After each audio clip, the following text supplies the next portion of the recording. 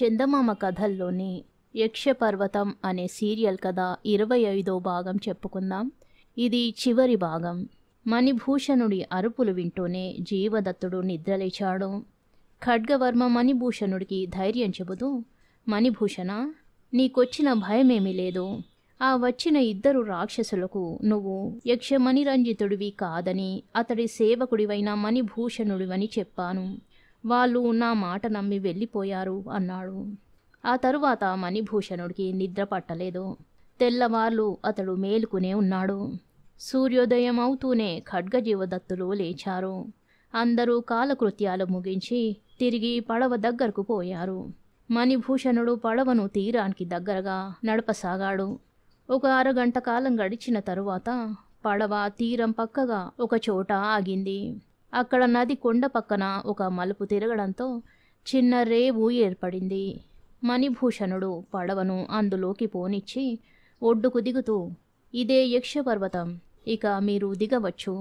అరరే, నా యజమాని మణిరంజితుడు మనలను కలుసుకునేందుకు ఇక్కడికి స్వయంగా వచ్చాడు అన్నాడు. ఖడ్గజీవదత్తులు పడవలోంచి ఒడ్డుకు దిగి కొండకేసి తల ఎత్తి చూశారు. అక్కడ ఉన్న ఎగుడు దిగుడు రాళ్లల్లో ఒక దాని మీద యువకుడైన యక్షుడొకడు నిలబడి ఉన్నాడు. అతడి చేతిలో చిన్న గద ఉన్నది. అతడు కన్నార్పకుండా ఖడ్గజీవదత్తులకేసి చూస్తున్నాడు.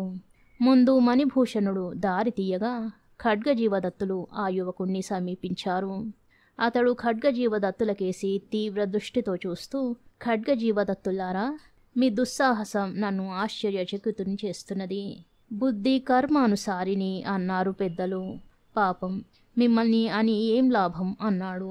జీవదత్తుడు మణిరంజితుణ్ణి అపాద మస్తకం ఒకసారి పరీక్షగా చూసి చిరునవ్వు నవ్వుతూ, మణిరంజిత, రాజకుమారి పద్మావతికి ఇక్కడున్న రాతి రథాన్ని కదిలించిన వాడు మహావీరుడన్న అభిప్రాయం కలిగించి ఆ పని మీద ఇక్కడికొచ్చే వారిని హతం చెయ్యాలని నువ్వు మంచి పథకమే వేశావు.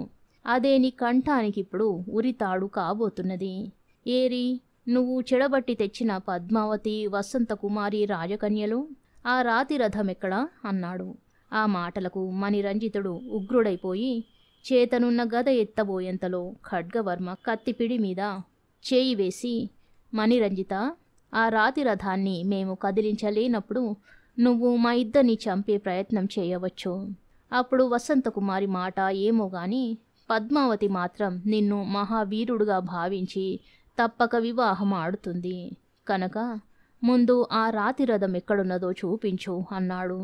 మణిరంజితుడు కోపంగా ఏదో అనబోయేంతలో మణిభూషణుడు అతడితో, తొందరపడకు మణిరంజిత, ఈ యువకులను ముందు ఆ రాతి రథం దగ్గరకు తీసుకుపో అన్నాడు.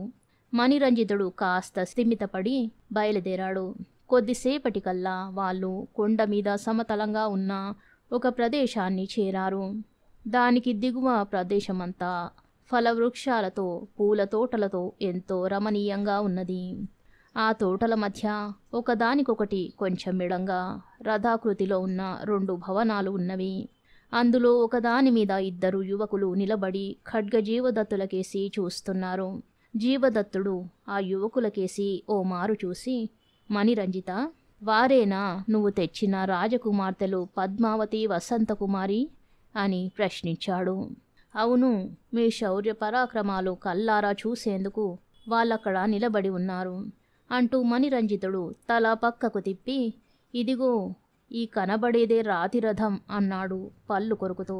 అక్కడకు దాపులనే దాదాపు 20 అడుగుల ఎత్తున ఒక రాతిరథం ఉన్నది. ఆ రథం ఉన్న చోటు నుంచి దిగువకు కొండ ఏటవాలుగా పరుచుకుపోయింది. ఖడ్గజీవదత్తులు ఆ రథం కేసి బయలుదేరగానే మణిరంజితుడు, మణిభూషణ అంటూ పక్కకు తిరిగి చూశాడు. కానీ మణిభూషణుడు ఆ చుట్టుపక్కల ఎక్కడా లేడు. తన మిత్రుడు ఇలా చెప్పా చేయకుండా వెళ్ళిపోయినందుకు ఆశ్చర్యపడుతూ మణిరంజితుడు రాతి రథం దగ్గరకు వెళ్ళాడు. ఆ సరికి ఖడ్గజీవదత్తులు రథం చుట్టూ ఓ మారు తిరిగి చూశారు. జీవదత్తుడు వంగి రథం అడుగు భాగాన్ని ఖడ్గవర్మకు చూపుతూ, ఖడ్గా, ఈ రథం కొండల్లో మలిచినది కాదు. వేరుగా ఇక్కడ పడి ఉన్న రాతిని రథంగా చెక్కారు. దిగువ నుంచి సన్నని వెలుగు, మనుషులు మాట్లాడుకుంటున్నట్టుగా అస్పష్టంగా ధ్వనులు వినిపిస్తున్నవి అన్నాడు.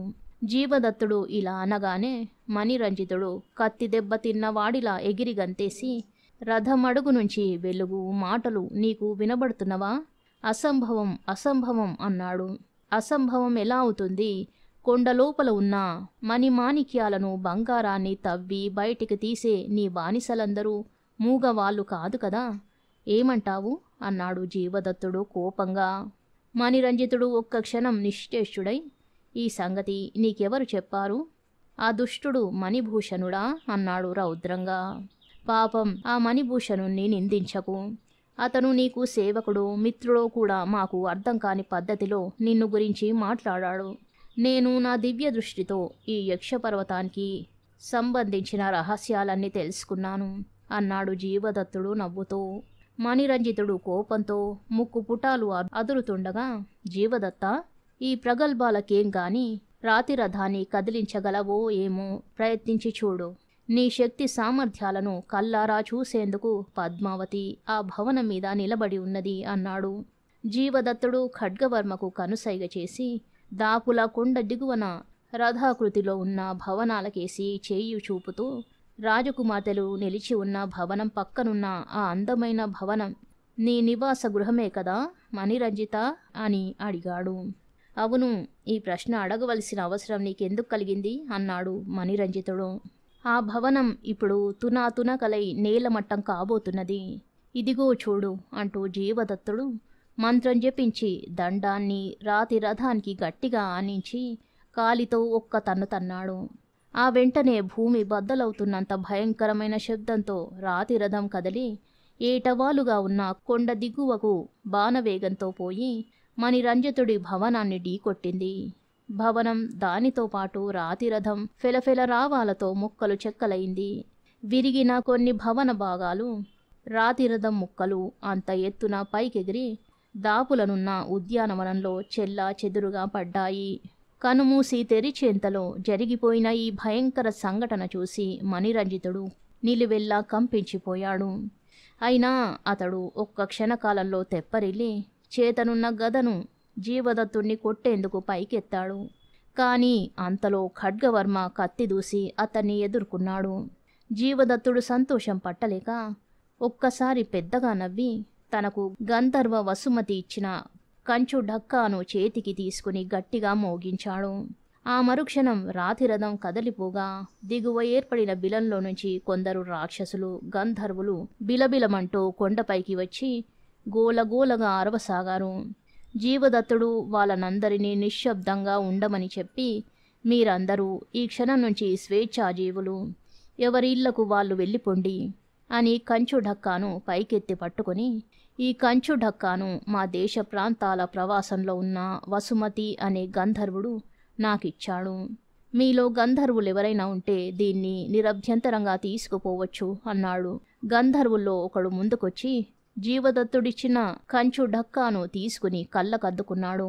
జీవదత్తుడు విముక్తులైన రాక్షసులకు గంధర్వులకు ఏదో చెప్పబోయేంతలో అబ్బా అన్న మణిరంజితుడి చావుకేక వినిపించింది. జీవదత్తుడు తల తిప్పి చూశాడు. ఖడ్గవర్మ మణిరంజితుణ్ణి గాయపరిచి అతడు నేల మీద పడిపోగా అతడి గుండెల మీద కాలు పెట్టి కత్తిని అతడి కంఠానికి గురిచేసి నిలబడి ఉన్నాడు. ఆ దృశ్యం చూసి జీవదత్తుడికి కలిగిన ఆనందం అంతా ఇంత కాదు. ఖడ్గవర్మ జీవదత్తుడితో, జీవా, ఈ దుర్మార్గుడైన మణిరంజితుడిని చంపడమా వదలటమా? వీడు రాజకుమార్తెలను అపహరించి తెచ్చి వాళ్ళకే కాక వాళ్ళ తల్లిదండ్రులకు కూడా మానసిక క్షోభ కలిగించాడు అన్నాడు. ఆ సమయంలో అక్కడికి రాజకుమార్తెలు పద్మావతి వసంతకుమారిలు వచ్చారు.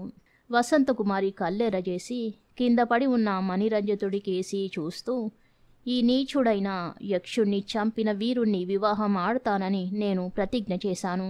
వీడి మరణం నేను కల్లారా చూడకపోతే ఇక నేను జీవితకాలమంతా బ్రహ్మచారినిగా ఉండవలసిందే అన్నాడు. ఖడ్గవర్మ వసంతకుమారికేసి చూసి ఆమె అద్భుత సౌందర్యానికి ముగ్ధుడైపోయాడు. ఆమెను భార్యగా పొందాలంటే మణిరంజితుణ్ణి తాను చంపి తీరాలి. ఈ ఆలోచన రాగానే అతడు కత్తిని మణిరంజితుడి కంఠంలో గుచ్చేందుకు పైకెత్తాడు. అంతలో ఆకాశం నుంచి ఆగండి అన్న భీకర స్వరం వినిపించింది. అందరూ తలలు పైకెత్తి చూశారు. హంసాకృతిలో ఉన్న విమానం ఒకటి వాళ్ళ ముందుకు వచ్చి నేల దిగింది. అందులో నుంచి యక్షరాజు, మణిభూషణుడు బయటికి వచ్చారు. యక్షరాజు అక్కడ ఉన్న అందరికేసి ఓ మారు చూసి, ఖడ్గజీవదత్తులారా, మీరు మహావీరులు, సందేహం లేదు. జరిగిన సంగతులన్నీ మణిభూషణుడి ద్వారా విన్నాను. యక్షవంశంలో చెడబుట్టిన ఈ మణిరంజితుణ్ణి ప్రాణాలతో వదలండి. వాడు ఈనాటి నుంచి బతికి ఉండి కూడా జీవోత్సవం అన్నాడు. ఖడ్గవర్మ ఏం చేయడమా అని సందేహిస్తున్నంతలో జీవదత్తుడు, ఖడ్గా, యక్షరాజు చెప్పింది విన్నావు కదా, మణిరంజితుణ్ణి క్షమించి వదిలేయి అన్నాడు. వీరపుర రాజకుమార్తె వసంతకుమారి ప్రతిజ్ఞ మాటేమిటి అన్నాడు ఖడ్గవర్మ ఆమెకేసి నిశితంగా చూస్తూ. వసంతకుమారి ఎక్కడలేని సిగ్గుతో తల వంచుకొని పద్మావతి చాటుకు పోవాలని చూసింది. యక్షరాజు చిరునవ్వు నవ్వి, మణిరంజితుడు బతికి ఉండి చచ్చిన వాడి కిందే లెక్క అని ఇంతకుముందే చెప్పాను కదా, అందువల్ల వసంతకుమారిని ప్రతిజ్ఞాభంగ దోషం అంటదు. ఇప్పుడు నేనే స్వయంగా రాతిరథం కదిలించిన మహావీరుడైన జీవదత్తుడితో పద్మావతికి, ఖడ్గవర్మతో వసంతకుమారికి వివాహం చెయ్యబోతున్నాను. పుష్పమాలలిక్కడా అన్నాడు. మణిభూషణుడు విమానంలో నుంచి 4 పుష్పమాలలు తెచ్చి ఖడ్గజీవదత్తులకు, పద్మావతి, వసంతలకు తలా ఒకటి ఇచ్చాడు. పద్మావతి, జీవదత్తులు ఒకరి మెడలో ఒకరు పూలమాలలు వేశారు. ఖడ్గవర్మ, వసంతకుమారి కూడా అలాగే చేశారు. చుట్టూ ఉన్న వాళ్ళ హర్షధ్వానాలతో ఆ ప్రదేశం మార్మోగింది. యక్షరాజు ఖడ్గజీవదత్తుల్ని వాళ్ళ భార్యలతో పాటు విమానంలో ఎక్కమని చెప్పి, వాళ్ళు విమానంలో ఎక్కి కూర్చోగానే, ఖడ్గజీవదత్తులారా, మీ ఇచ్ఛామాత్రంతో ఈ విమానం మీరు కోరిన ప్రదేశానికి వాయువేగంతో ప్రయాణిస్తుంది. ఈనాటి నుంచి 1 నెల రోజుల పాటు దీన్ని మీరు యథేచ్ఛగా ఉపయోగించుకోవచ్చు. ఆ తరువాత నా విమానం నా దగ్గరకు తిరిగి వస్తుంది. శుభం, వెళ్ళిరండి అన్నాడు. మీ దయకు ఎంతో కృతజ్ఞులం యక్షరాజా అని ఖడ్గజీవదత్తులు, పద్మావతి, వసంతలు యక్షరాజుకు నమస్కరించారు. విమానం రివ్వుమంటూ పైకి లేచి పద్మవీరపురాలకేసి బయలుదేరింది. యక్షపర్వతం చివరి భాగం సమాప్తం. ధన్యవాదాలు.